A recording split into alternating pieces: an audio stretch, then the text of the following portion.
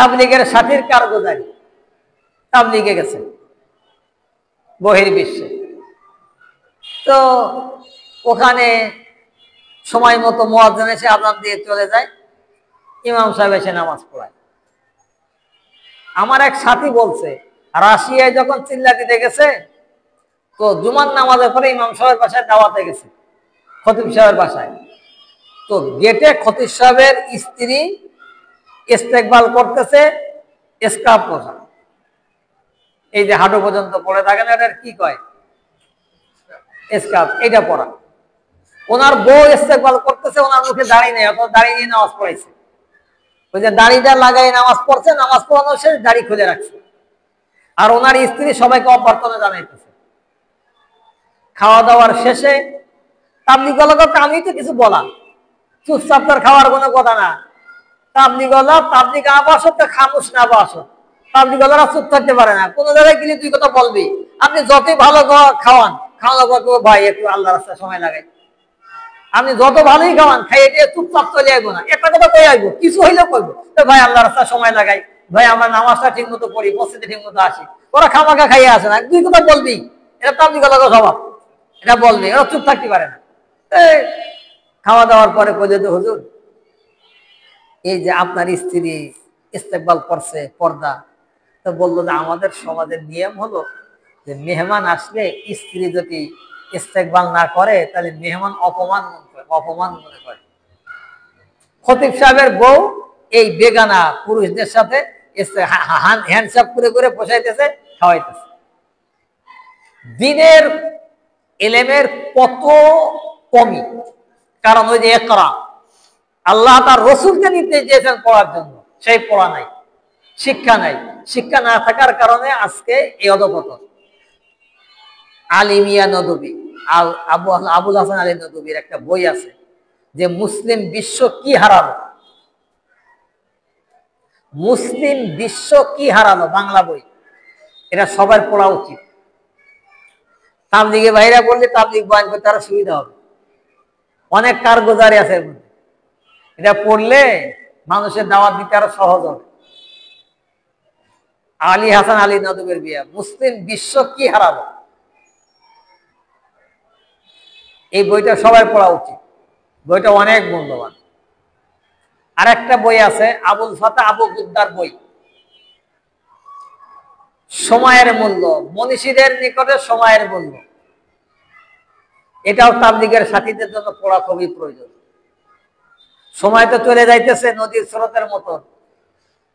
আমার যে দায়িত্ব আছে, আমি দায়িত্ব কতটুকু পালন করলাম।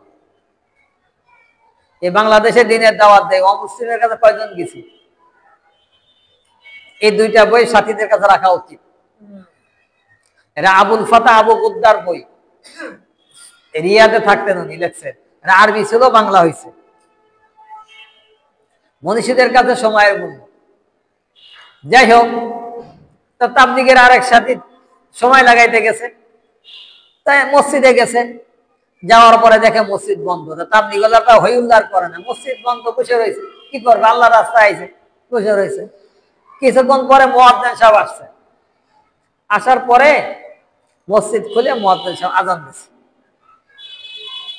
আমি শুনছি নেত্রকোনায় এক মসজিদের মুয়াজ্জিন, এক মহিলা, চাবিও থাকে তার কাছে, চাবিও থাকে। এর আগে শুনছি চাবিও থাকে এর কাছে, এই মহিলা মুয়াজ্জিন, আর চাবি তার কাছে থাকে মসজিদের কাছে। মানুষ মানে না জানার কারণে কোন পর্যায়ে গেছে। আমি ইকরার কথা বলছি, পড়তে হবে। তো বসে রয়েছে, এর মধ্যে মুয়াজ্জিন আইছে।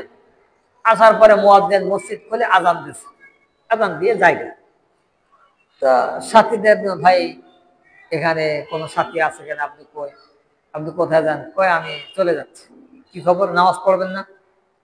সাথীরা মনে করছে হয়তো বা নামাজের আগে আসবে, কয় না, আমার দায়িত্ব হলো আযান দেবা, আমি আযান দিছি, আমার দায়িত্ব শেষ, আমি চলে যেতেছি। ওর নামাজ পড়া ওর দায়িত্ব না, ওর দায়িত্ব হলো আযান দেওয়া। এই চাকরিটাই করে, চাকরি করে জায়গা। কিছুক্ষণ পরে ইমাম সাহেব আসছে। ইমাম সাহেব নামাজ পড়াইছে, নামাজের মধ্যে এক পা উঁচু করে রাখছে, এক পায়ে ভর করে নামাজ পড়াইছে। ভালো মানুষ হেঁটে আসছে, তাকবীরে তাহরিমা বান্দার সময় পা উঁচু করছে, নামাজ শেষ করা পর্যন্ত যতক্ষণ দাঁড়াইছে পা উঁচু করে দাঁড়াইছে, নামাজ শেষ। ওই যে তাবলীগওয়ালার স্বভাব কিছু জানা জিজ্ঞাসা করা। নামাজ শেষে ইমাম সরকার বসতে, ভাই আমরা আসছি অমুক জায়গা থেকে, বাংলাদেশ থেকে আসছি, দিনের একটা মেহনত নিয়ে আসছি, আমাদের একটু রাহাবারি করবেন, বসবেন, কি সাথে আছে কি আছে, কথায় কথায় জিজ্ঞেস করলেন, হুজুর আপনি সুস্থ মানুষ হাঁটে আসলেন, নামাজের সময় পা একটা উঁচু করে রাখলেন, বাম পাটা উঁচু, কারণটা কি? বাম পা উঁচু করে রাখছে। তা বললো যে তাড়াহুড়া করে উঁচু করছিলাম, তো ওই ডাইন পাও ধুইছি, বাম পা ধোয়ার আর পানি ছিল না, তা বাম পাওটা ধুইতে পারি না, এই জন্য বাম পাটা নামাজের মধ্যে আর লাগাই নাই, বাম পাটা উঁচু করে রাখছে। একজন মসজিদের ইমাম খতিব, ওর দোষ না, ওর জানার দোষ, সে জানে না, না জানার কারণে ওই পা ধুইতে পারে না বলে ওই পাওটা দিয়ে নামাজে দাঁড়ায় না। ওর তো নামাজই হয় না, ওযুই তো হয় না। দুই পা ধোয়া ফরজ, যে অঙ্গগুলো ধোয়া ফরজ, যদি ওখানে একটা পশম পরিমাণ শুকনা থাকে তা ওযুই হবে না, নামাজই হবে না। ওই জায়গায় ইমাম সাহেব নামাজ পড়াইছে, নামাজে পড়া সোসেস যাচ্ছে, মুসল্লি জিজ্ঞাসা, মুসল্লি তো আবার একটু পণ্ডিত বেশি হয় না, এই কি হয়েছে সোসেস দেখানো, কয় থোড়ি সি হাওয়া নিকলি থে इसलिए सजदा हो गया। এই হলো অবস্থা, জানার অভাব। আল্লাহ রাব্বুল আলামিন প্রথমেই নির্দেশ দিয়েছে ইকরা, পড়ো। সুতরাং এই আয়াতের উপর আমল করে আমাদের সবাইকে পড়ার চেষ্টা করতে হবে। প্রথমে কোরআন হাদিস এবং বড় বড় মনীষীর বইগুলো পড়তে হবে, এর মধ্যে অনেক খোরাক আছে, রোহানি খোরাক আছে। আল্লাহ আমাদের সবাইকে তৌফিক দান করেন। আল্লাহুম্মা সাল্লি আলা সাইয়্যিদিনা মাওলানা মুহাম্মদ ওয়া আলা আলিহি ওয়া আসহাবিহি আজমাইন, আল্লাহুম্মা আমিন। ربنا آتنا في الدنيا حسنة وفي الآخرة حسنة وقنا عذاب النار رب اغفر وارحم وأنت خير الراحمين واهدنا ونجنا من القوم الظالمين وافتح لنا أبواب رحمتك وسهل لنا أبواب رزقك يا أرحم الراحمين رب ارحمهما كما ربياني صغيرا رب العالمين قرآن مجيد পড়ার চেষ্টা করার তৌফিক দান করুন ইয়া আল্লাহ। কোরআনের নূরের দ্বারা আমাদের অন্তরকে ভরপুর করে দেন ইয়া আল্লাহ। কোরআনের সঠিক অর্থ, মর্ম, শানে নুরুত সবই আমাদের যথাযথ বোঝা পড়ার তৌফিক দান করুন ইয়া আল্লাহ। আহাদিসে নববী, আকাবের আসলাফদের মালফুফাত সবকিছু পড়ার তৌফিক দান করুন ইয়া আল্লাহ। ইলাহাল আলামিন, আমাদের জ্ঞানের অনেক কমি রয়েছে ইয়া আল্লাহ, আপনি আমাদের জ্ঞানের কমিকে পরিপূর্ণ করে দিন ইয়া আল্লাহ। সর্বপ্রকার পেরেশানি থেকে আমাদেরকে নাজাত দান করুন ইয়া আল্লাহ।